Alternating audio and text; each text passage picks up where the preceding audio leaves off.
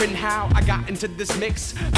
Okay, so I'm Derrick Broze. I'm from Houston. I'm a freelance journalist and an activist. These are both my books. They're titled The Conscious Resistance. You can pick them up back there.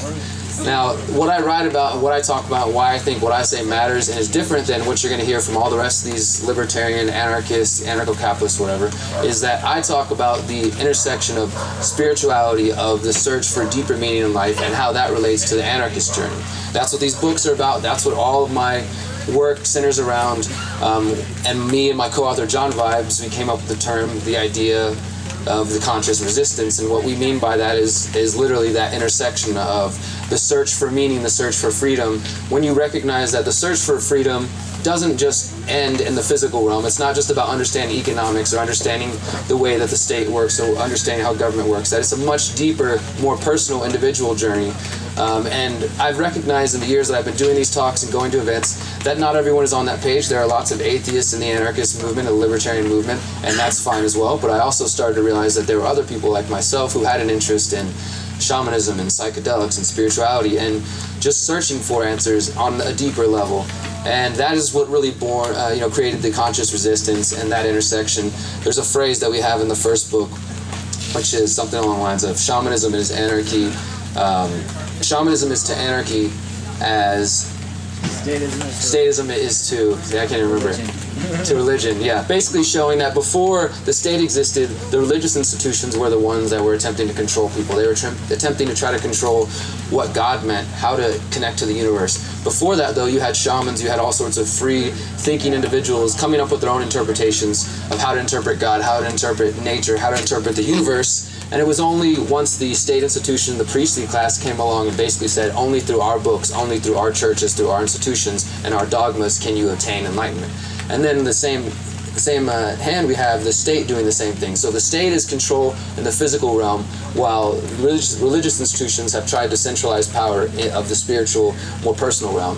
So we talk about both of those and how it's important to get past control in there, because essentially what I've realized in my own personal life, my own journey, which, to get me to this point, it's taken 10 years from depression, suicide attempts, crystal meth addiction, prison, changing my whole life around, discovering meditation, discovering Buddhism, and then that led me to anarchy. All that stuff had to happen first, and it took me going through that to realize, we can't really fix the world, we can't create a truly free world until we do that interpersonal work that is necessary, until we heal our own doubts, insecurities, our fears, all the different hang-ups that we have as individuals that we pick up along our own individual journeys. So until we do that healing, it doesn't matter if we overthrow the state, if we elect a new president, or whatever we do, even through agorism and the ideas that I believe are the answer. We can do those solutions, but until that personal healing takes place, we're just going to keep going in circles, a real revolution, revolving instead of evolving and getting out of this cycle. So that's why we really put a lot of emphasis in that, and I'd love to talk more about those books and what's contained in there. But today is going to be more of kind of an all-encompassing talk that just will sort of catch you up on the ideas that we're spitting in there, what's to come in the third book, and also with what some of me and the good people from Houston, we've got a good amount of people coming from Houston who are working on a lot of these ideas, both spiritual development and also promoting the ideas of agorism and counter-economics, and that's where I want to go next. So is anybody here not familiar with the term agorism, agorism, or would like to know more about that? I would.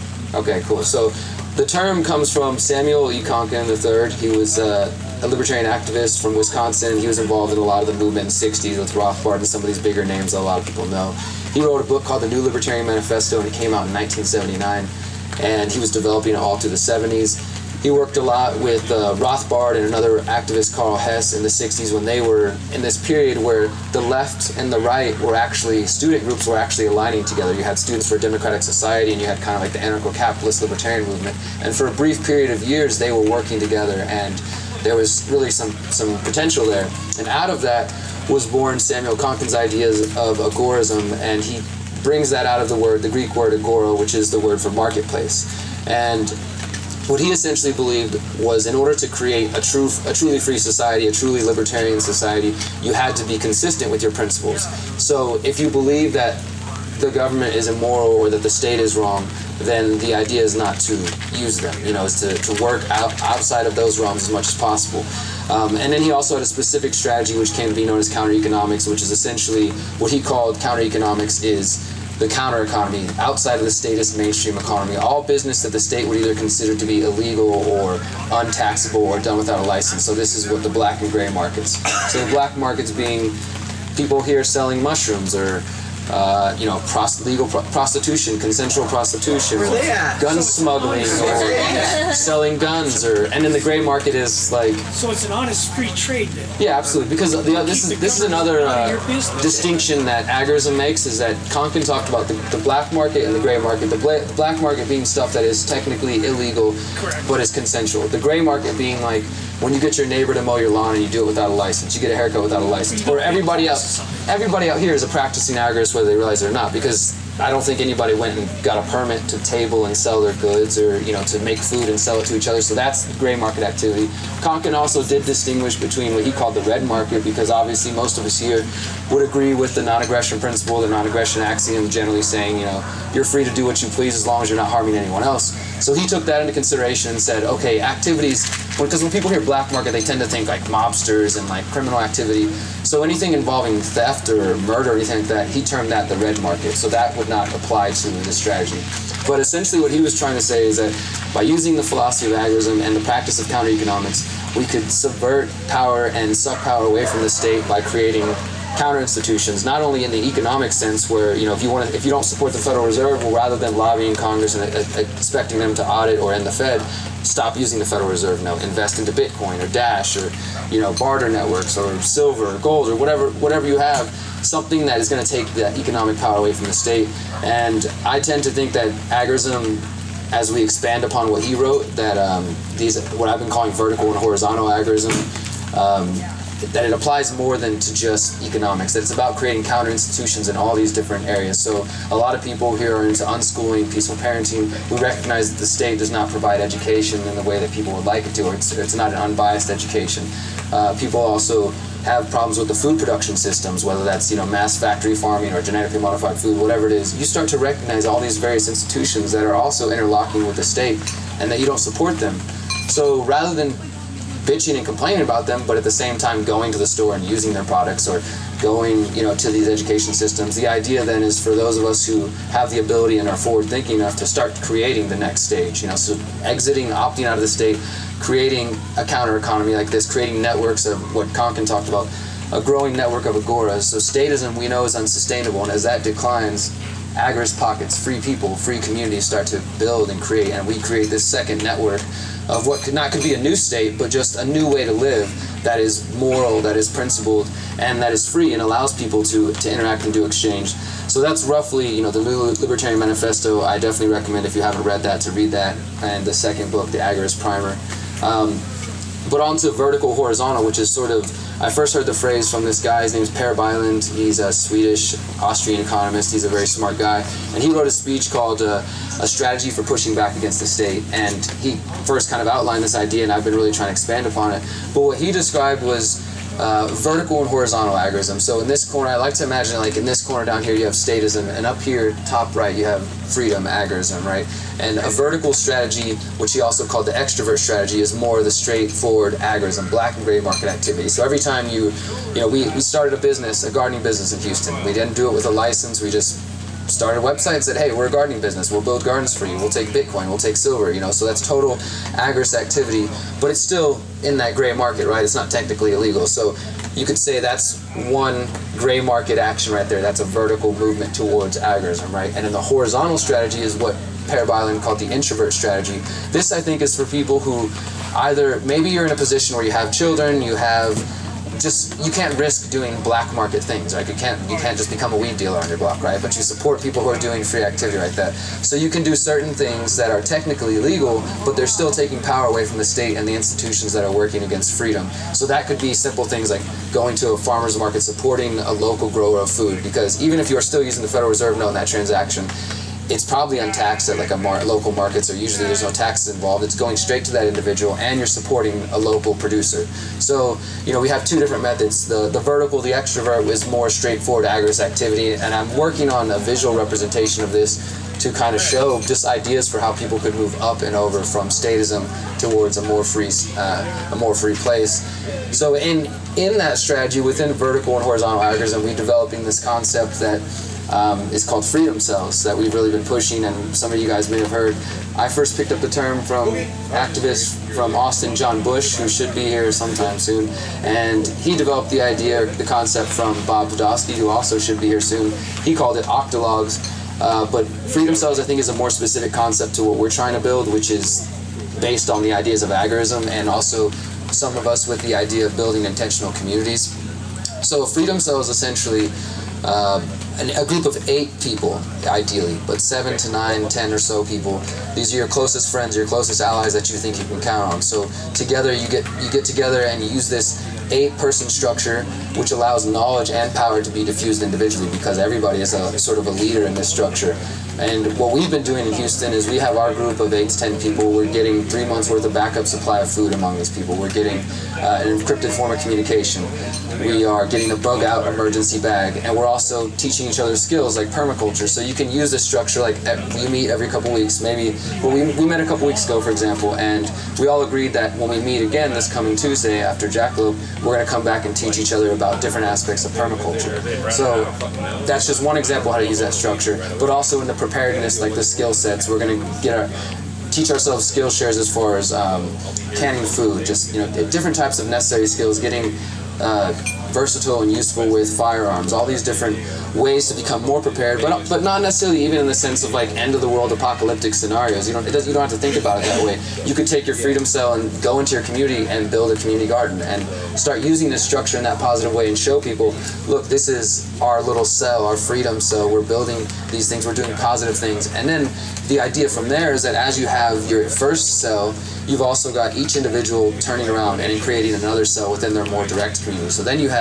8 groups of 8 to 10 people, 80 to 100 people, and this is just in Houston, right? So since we started promoting this idea, and I did a video a few months back, and I've been doing interviews and promoting it, we've been contacted by people in Colorado, Jersey, New Zealand, Argentina, up in Michigan, and of course in Austin. Other people were like, hey, we're working on this idea, we just call it something else, or we didn't even know this had a name, we're new to this, and how can we learn more about it?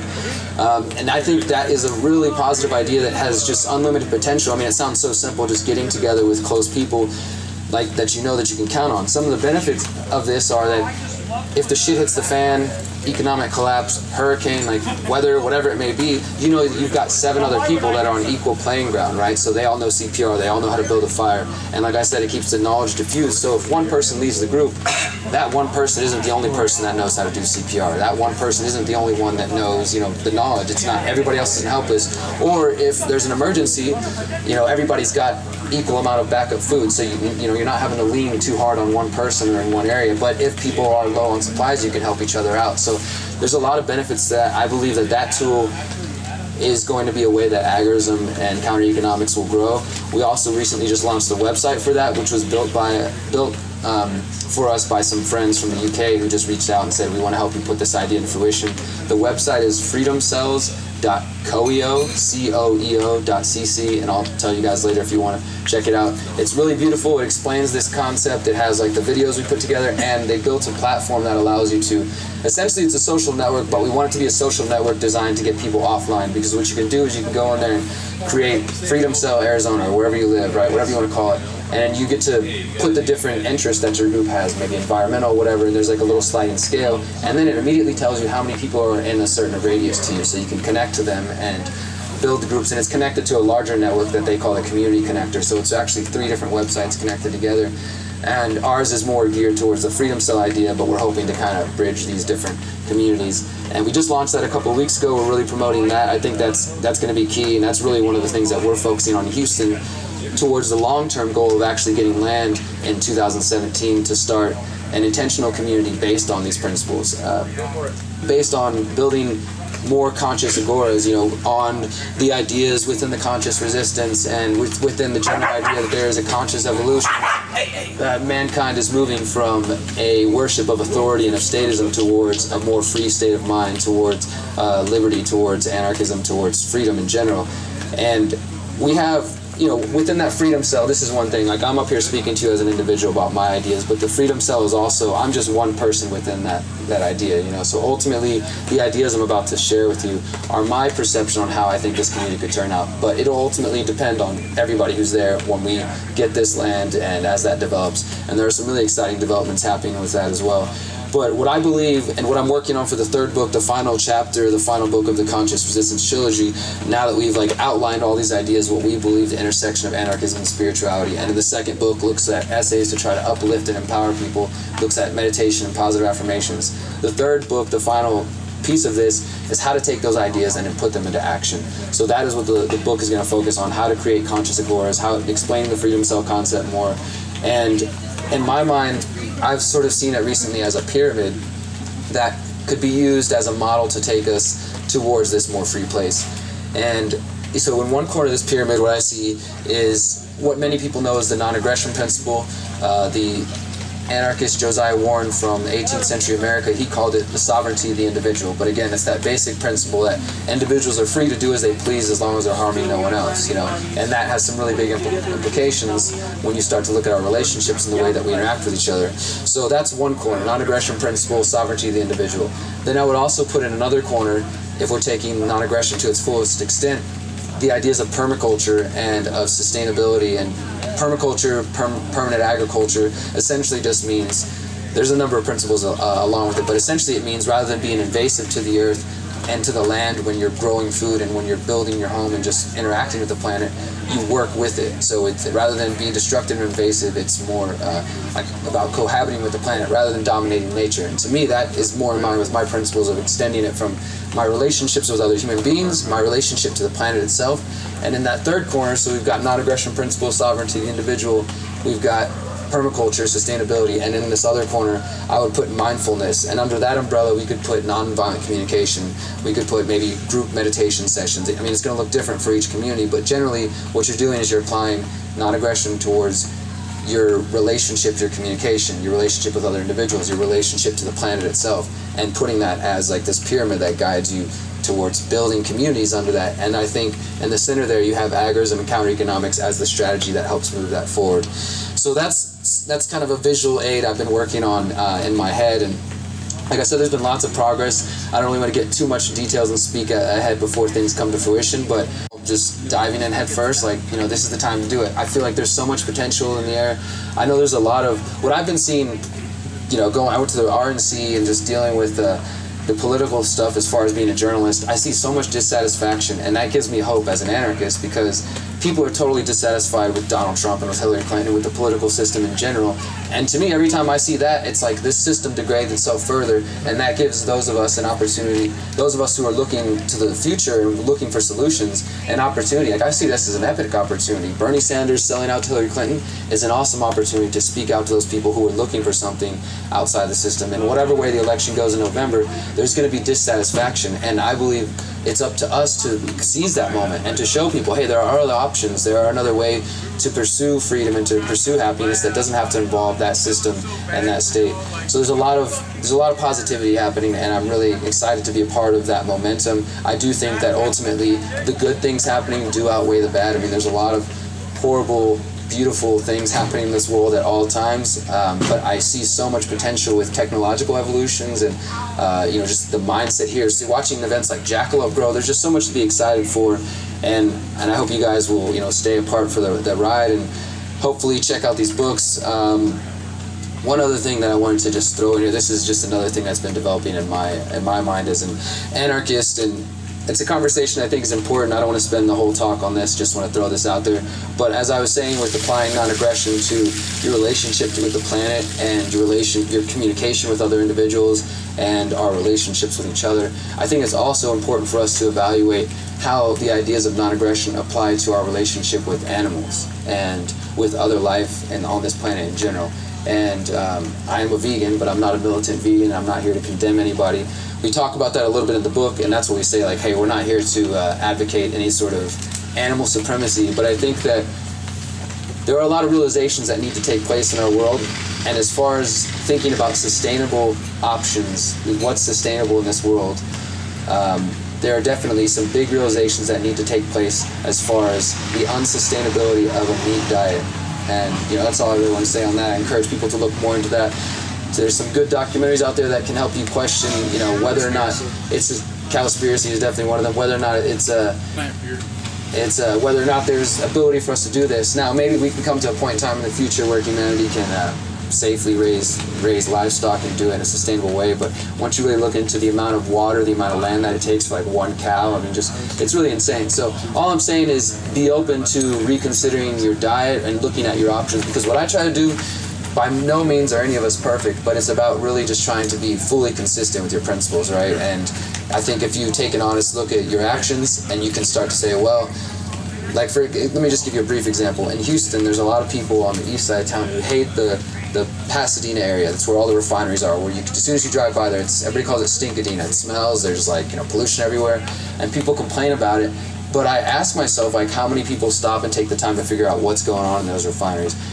Maybe those refineries are making plastic or something that you use on a daily basis. So how can you drive by them and complain about them, and then at the same time use the product that is being created by that? So I don't know what the answer is to that situation, but I think that's what's important to do is okay, if we're going to look at a problem in the world, I like to look and say, okay, well, in what ways am I contributing to the problem that I'm against? And then once you're able to do that in an honest way, start to pull yourself out of that. And that's not always easy.